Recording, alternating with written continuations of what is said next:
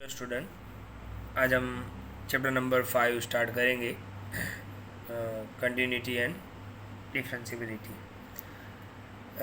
ये चैप्टर दो पार्ट में है। पहला पार्ट है उसका कंटिन्यूटी, फिर डिफरेंशियबल के बारे में हम आगे देखेंगे।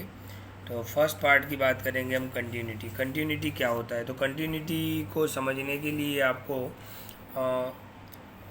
स्टैंडर्ड 11 का जो एक चैप्टर था, लिमिट एंड डेरिवेटिव, थोड़ा उसको आपको याद करना पड़ेगा। तो बीच बीच में आपको मैं चैप्टर भी वो याद करवा दूंगा, इतना टफ नहीं है, बट थोड़ा आपको ध्यान रखना पड़ेगा। तो कंटिन्यूटी का मतलब क्या होता है? कंटिन्यूटी का मतलब होता है जो ब्रेक नहीं होगा। यानी मान लो कि आप कोई फंक्शन लेते हो, है ना, कि जैसे y is equal to x एक फंक्शन है। अब इसका हम ग्राफ अगर ड्रॉ करें तो हम पहले ग्राफ ड्रॉ करने के लिए क्या करेंगे? सबसे पहले हम वैल्यू बनाएंगे। वैल्यू क्या है? मतलब x की वैल्यू हम 1 लेते हैं तो y अपने आप 1 हो जाएगा। x की वैल्यू हम 2 लेते हैं तो y 2 हो जाएगा। x की वैल्यू हम 3 लेते हैं तो y 3 हो जाएगा। x की वैल्यू हम 0 लेते हैं तो y भी 0 हो जाएगा। x की वैल्यू हम -1 लेते हैं तो y भी -1, क्योंकि y is equal to x है। तो इसका जो ग्राफ बनेगा, राइट, इसका जो ग्राफ बनेगा, ये 1 2 3 4 5 -1 -2 -3, यहाँ पे 1 2 3, यहाँ पे -1 -2 -3, राइट। ये x एक्सिस, ये y एक्सिस। अब आप देखो यहाँ पे 1 1 तो 1 1 यहाँ पे पॉइंट होगा, फिर 2 2 तो 2 2 यहाँ पे पॉइंट बनेगा, 3 3 तो वो यहाँ पे पॉइंट बनेगा, 0 0 तो वो यहाँ पे पॉइंट बनेगा, -1 तो यहाँ पे पॉइंट बनेगा, इस तरीके से माइनस।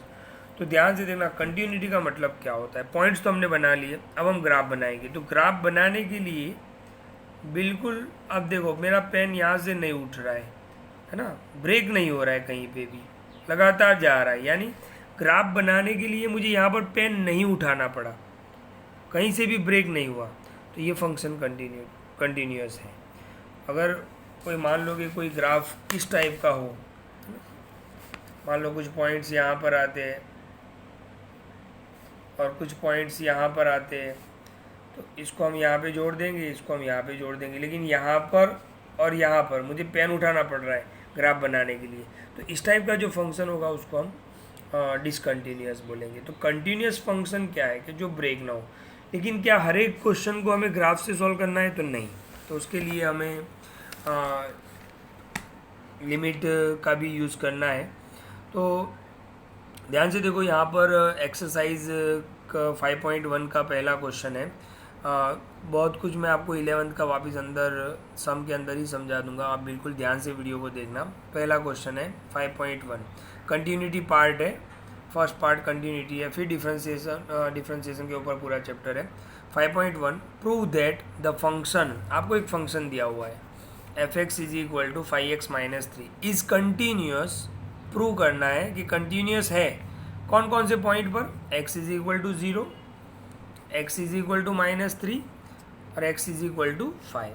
अब ध्यान से देखो, जब भी आपको पॉइंट्स दिए हो, ये आपको x इज इक्वल टू 0, ये पॉइंट्स गिवन है, x is equal to -3, x is equal to 5, तो आप फंक्शन को कंटिन्यूअस बताने के लिए या कंटिन्यूटी चेक करने के लिए ये एक सिंपल सा फॉर्मूला आप यूज़ कर सकते हो, जो मैंने यहाँ पे लिखा हुआ है। ध्यान से देखो, कब यूज़ करना है? जब आपको पॉइंट्स दिए हो और फंक्शन को आपको चेक करना है कि कंटिन्यूअस है या नहीं है। तो लिमिट एक्सटेंड्स टू c। अब ये c क्या है? तो मैं आपको बता दूँ, ये जो वैल्यू है 0 -3 5, उसको हम c लेते हैं, राइट, वो वैल्यू है मतलब। तो limit extends to c, f(x) किसके बराबर होना चाहिए? f ऑफ c के बराबर होना चाहिए, f ऑफ c के बराबर होना चाहिए। अब ये c मैंने बताया आपको वैल्यू है, राइट। तो ये सिंपल सा एक फॉर्मूला है जिसको हम यूज करेंगे कब? जब आपको पॉइंट्स दिए हो। ओके, तो चेक करते हैं। बिल्कुल पहला क्वेश्चन है, आप ध्यान से देखना। ओके, तो सबसे पहले हम कहाँ पर चेक करते हैं? x इज इक्वल टू 0 पर। इसमें मैंने 0 के लिए और -3 के लिए चेक किया है, 5 के लिए आप चेक करोगे, राइट। तो ध्यान से देखो, x is equal to 0, x is equal to 0 पर हम चेक करते हैं at x is equal to 0। तो ध्यान से देखना, limit x tends to c f(x), c यानी वैल्यू, तो हमने यहाँ पर x टेंस टू c की जगह पर 0 सब्सटीट्यूट कर दिया। f(x) फंक्शन कितना था 5x माइनस 3, तो यहाँ पे आ गया function 5x minus 3। Taking limit, अब लिमिट छोड़ देंगे, मतलब x जहाँ पर है, जहाँ पर x है वहाँ पर 0 लगाएंगे, तो x की जगह पर हमने 0 लगा दिया -3। 5 इंटू 0 0, 0 माइनस 3 कितना हो गया -3 हो गया।